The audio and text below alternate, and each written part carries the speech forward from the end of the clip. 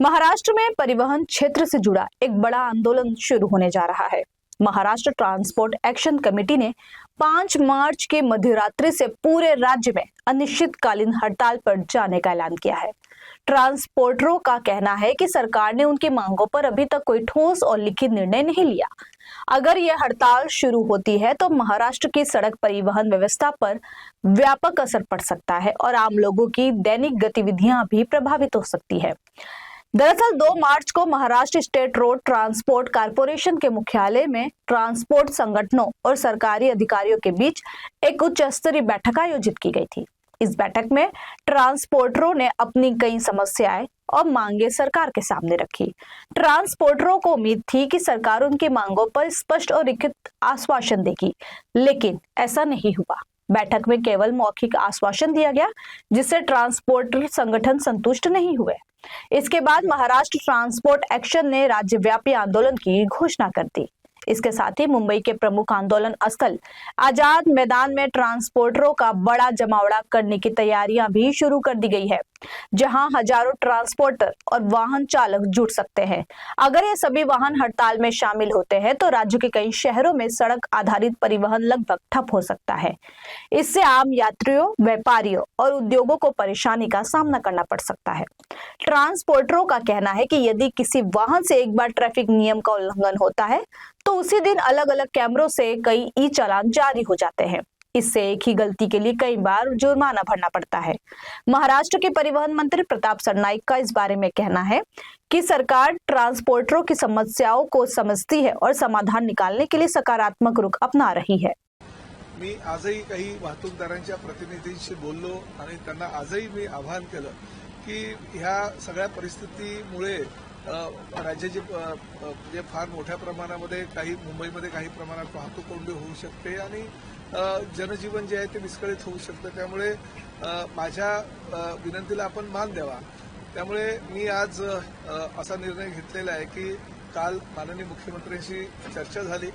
चर्चेअंती जी समिती आम्ही नेमली होती त्या समितीचा अहवाल जो प्राप्त झाला आहे त्यावर पोलीस खातं आणि वाहतूक खातं म्हणजे आरटीओ डिपार्टमेंट यांचे समन्वय साधून अधिकाऱ्यांसह माननीय मुख्यमंत्र्यांनी परिवहन मंत्र्यांबरोबर एक बैठक घ्यावी आणि त्या बैठकीमध्ये योग्य तो निर्णय घ्यावा अशी विनंती केली आणि माननीय मुख्यमंत्र्यांनी ती विनंती मान्य केलेली आहे। त्यामुळे अधिवेशन संपल्यानंतर ताबडतोब त्या संदर्भात एक बैठक घेऊन वाहतूकदारांमध्ये आणि शासनामध्ये समन्वय साधण्याची भूमिका माझी राहील।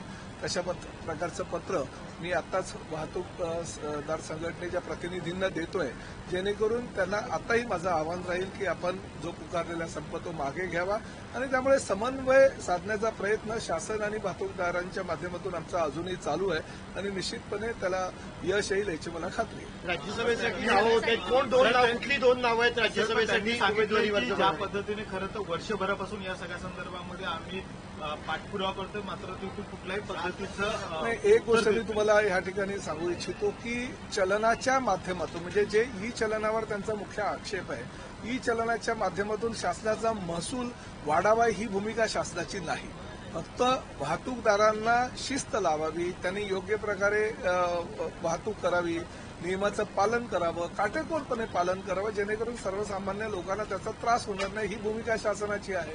ई चलनाच्या माध्यमातून मिळणाऱ्या उत्पन्नातून काय शासन त्याचा विनियोग आपल्या अर्थसंकल्पीय कामामध्ये करून तो काही वापर करत नाही, परंतु त्यांचा गैरसमज असा झालेला आहे की ई चलन हे महसुलाचं त्यांनी उत्पन्नाचा एक स्रोत निर्माण केलेला आहे। ही सुद्धा वस्तुस्थिती आहे की ई चलनामध्ये ट्रॅफिक डिपार्टमेंट आणि आरटीओ डिपार्टमेंट हे दोन्ही डिपार्टमेंट असतात आणि त्यांचंही काही ठिकाणी म्हणणं जे आहे ते योग्य आहे, काही ठिकाणी त्याचा अतिरेक होत असतो, हे आम्ही सुद्धा मान्य केलेलं आहे बैठकीमध्ये।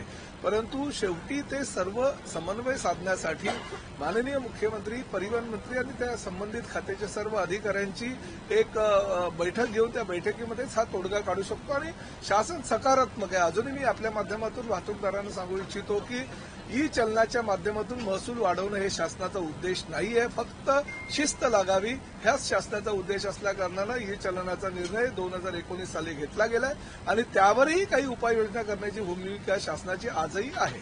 नावं कधी जाहीर होणार राज्यसभेची? 2 उमेदवारांची दोन्ही नावं जाहीर होत नाहीये। आज किती राज्यसभेसाठी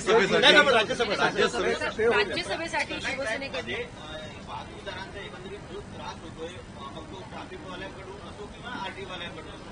मध्यंतरी भंडारा गोंदियाचे खासदार आहेत प्रशांत पटोळे, त्यांनी देवरी आरटीओ चेकपोस्टवरती अशा प्रकारे अवैध वसुलीचं प्रकरण पुढे आलं होतं. एकंदरीत पूर्ण वाहतूकदारांना अनेक खासदारांनी आमदारांनी या संदर्भात तक्रारी केलेल्या आहेत. जे चेकपोस्टवर आहे त्या चेकपोस्ट खरं तर शासनानं पूर्णतः बंद करण्याचा निर्णय घेतलेला आहे. अदानी कंपनीला ते चेकपोस्ट चालवायला दिलेले असल्याकारणानं अदानी कंपनीबरोबर, कारण त्यांनी त्या ठिकाणी खर्च केलेला आहे चेकपोस्टवर, तो खर्चाची भरपाई ते शासनाकडून मागतायत आणि ते अवाढव्य आहे, म्हणजे फार मोठ्या प्रमाणात आहे.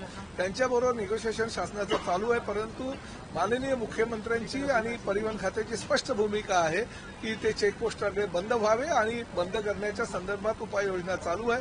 त्यामुळे भविष्यामध्ये हे चेकपोस्ट लवकरात लवकर बंद करण्याचा शासनाचा हा निर्णय झालेला आहे. राज्यसभा निवडणूक ही बिनविरोध करणार आहे की कशी असणार आहे? दोन नावांची नावं कधी जाहीर होणार थोडाच वेळ बाकी. बघा, शिवसेनेमध्ये सर्व निर्णय घेण्याचे अधिकार हे मुख्य नेते आदरणीय एकनाथ शिंदे साहेबांकडे आहेत आणि आता थोड्याच वेळामध्ये म्हणजे 11 वाजता त्या संदर्भातील घोषणा माननीय मुख्य नेते करतील. त्यामुळे थोडा वेळ तुम्हाला थांबायला काही हरकत नाही. ज्योती वाघमारेचं नाव समोर आल्यामुळे एवढ्या कुणाची नावं सोबत आहेत? असलेल्यांमध्ये सर्वसामान्य नाराजी शिवसैनिकाला वाटते. सर्वसामान्य शिवसैनिकाला उमेदवारी देण्याची भूमिका शिवसेनेची आधीपासून आहे. जो शिवसैनिक संघटनेला बळ देईल, ताकद देईल, संघटना वाढवण्यासाठी प्रयत्न करेल, त्यांनी अहोरात्र परिश्रम करून संघटना वाढवण्यासाठी आणि एकनाथ शिंदे साहेबांचे हात बळकट करण्यासाठी भूमिका ज्या शिवसैनिकांनी घेतलेली आहे त्याला उमेदवारी मिळेल एवढं नक्की.